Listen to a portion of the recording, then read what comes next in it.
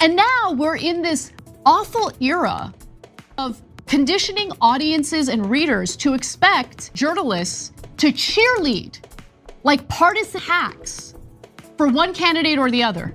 And if you don't engage in it, this is the most brain dead argument I have heard on MSNBC, and that is saying something, because there are a lot of brain dead arguments made on NBC. But we're about to hear more. So Joe Scarborough, our journalists who are trying to be objective, actually end up helping Trump. So maybe don't be objective. All right, fasten your seatbelts, because what we are about to see is one of those unavoidable moments in American politics and journalism. It's the type of thing that, if it weren't so very annoying, would be amusing. Anna Kasparian is the subject of our conversation. Indeed, Anna Kasparian of the Young Turks is harshly criticizing MSNBC's Joe Scarborough and the mainstream media in general for their obvious biases in the Donald Trump versus Kamala Harris debate. Folks, I must state that she did more than simply make disparaging remarks. She virtually carried a flamethrower. Let's begin with the setup now. People have been conditioned to believe that journalists are meant to be cheerleaders in this strange time. For example, not reporters, not investigators, not truth seekers. No. As they rip the other man to pieces, they are expected to mindlessly pump up their candidate, put on the pom-poms, and yell, "Go team."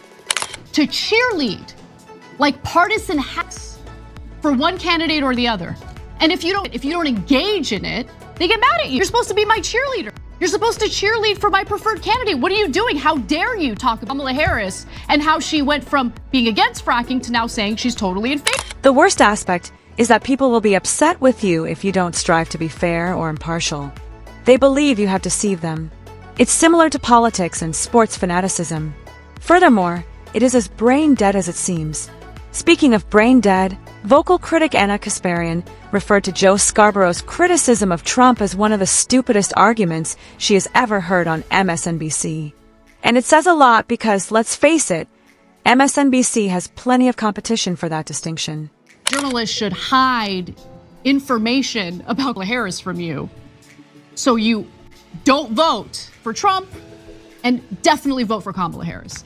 In other words, they want the media to manipulate you and do the exact opposite. Joe claims that reporters that make an effort to seem impartial are really working in Trump's favor.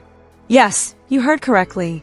In essence, he is suggesting, hey, maybe don't be objective because it might make Trump look good.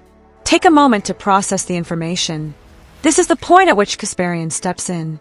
Scarborough and his network are not just guilty of favoring Kamala Harris, she notes. In the world of media, they have essentially served as her bodyguards. Isn't fearmonger about Trump enough? Has he considered maybe, just maybe, the media had been fearmongering about Trump so much, so often, that Americans have become desensitized to it? Has he considered that? Has he considered the fact that Joe Biden ran his campaign almost entirely on Donald Trump is a threat to democracy, and it wasn't working? Why do you think it wasn't working? This is the most brain-dead argument I have heard. Anything negative about her was ignored. Any change in policy is disregarded. However, everything about Trump, from a mispronounced word to a facial expression, was portrayed as the most recent chapter in the story of how horrible he is. It was more than simply skewed reporting. She described it as a deliberate tactic to sway the public to Harris's favor. It wasn't meant to educate you. Something. Because there are a lot of brain-dead arguments made on MSNBC. But we're about to hear more. So Joe argues that journalists who are trying to be objective actually end up helping Trump. So maybe don't be objective. Let's watch. Even Arlington, you've seen major newspaper outlets talk about, well, how will this impact Kamala Harris and the issue of Afghanistan after he goes? He does a thumbs up and pictures and just acts like a brute and desecrates Arlington. That's not a time to say, well, how does it's? But again, we see it time and time. And for some reason, the mainstream media, what are we, 9 years in to Donald era in American politics, still doesn't know how to cover Donald Trump. Their objective actually is not objective at all. It ends up playing to Donald Trump's. Scarborough's main contention is that we weren't warned enough about Trump by the media. which is absurd considering that for the last 9 years, the media has essentially done nothing except shout that Trump is a fascist, a threat to democracy, and here's the kicker. In fact, Scarborough cites Trump's trip to Arlington as proof of the press's shortcomings. Objective because it plays to Donald Trump's advantage? Why? Because journalists want to answer a question how Kamala Harris would handle Afghanistan? Would her view on Afghanistan happen to be? Do the American voters the right to know where Kamala Harris stands on those issues? Or should we be kept in the dark because Trump bad? Bad. That's what Joe Scarborough wants. He wants to line up and say in unison over and over again, Trump bad. He says they ought to have made it into a huge controversy. Consider that. Report the facts and let people make their own decisions. He is not saying. According to him, take something that isn't really important and make it into a big deal so that everyone believes Trump is the bad guy. Journalism isn't like that. It's propaganda.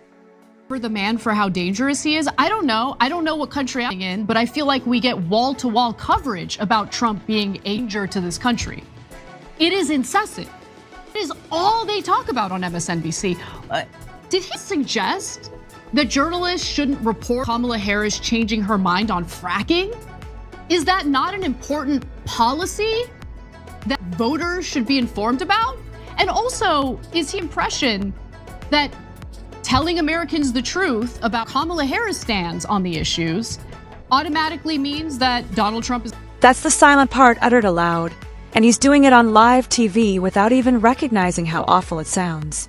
Tyrant, and yes, there were the unavoidable Hitler analogies. Joe, buddy, what didn't they say about him? Is a common question among Kasparians. She's also not incorrect. When I started my career, when I started working at TYT back in 2007, it wasn't like left-wing media. There was like snooze, and the right-wing media infrastructure was being built. And I prided myself and the left wing on the fact we didn't try to manipulate audiences, and we didn't try to lie or cover up the truth about our preferred candidates or politicians. We didn't want to stoop low and do what right wing was doing with their misinformation, with the fact that it's incredibly relevant, important parts of the story in order to make Republicans look good and Democrats. To portray Trump as the end of America as we know it, they have attempted every conceivable storyline. And you know what? It was unsuccessful. It made people numb.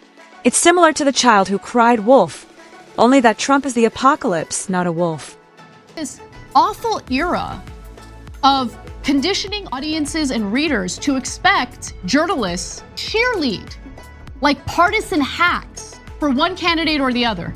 And if you don't do it, if you don't engage it. In response to all of this, Kasparian essentially asks, "Are you kidding me?" She is posing the questions that are evident. Voters need to be aware of Kamala Harris's positions on matters such as Afghanistan. Without being accused of aiding Trump, shouldn't we be able to inquire about her policy stances? I believe she truly pulls off the knockout punch at this point. Listen, he wants to be a cheerleader for one side. That's great. Go leader for one side. But don't sit there on your boring morning show where you try to gaslight the American public about Biden's mental health and pass judgment on people who are trying to get Kamala Harris to questions on something amazing, policy, where she stands on policy. Because there are voters out there or not who aren't partisan hacks. Those are the individuals who actually end up deciding elections, and they want to know where. Doesn't that say more about Harris than it does about Trump if the reality of Harris's proposals means that Trump will win? That's right. Perhaps the politician is the issue rather than the facts of speaking the truth about them is so risky. Things start to become hot at this point. You're supposed to be my cheerleader. You're supposed to cheerlead for my preferred candidate. What are you doing? How dare you talk about Kamala Harris, how she went from being against fracking to now saying she's totally in favor. They may still have cast their ballots for her. They might not. I want to know where you stand. The truth will remain hidden behind a mountain of spin, and we will all suffer as a result if we continue to allow them to get away with this. Because this isn't really a left versus right issue in the end. This concerns integrity versus deceit, and the manipulators are prevailing at the moment.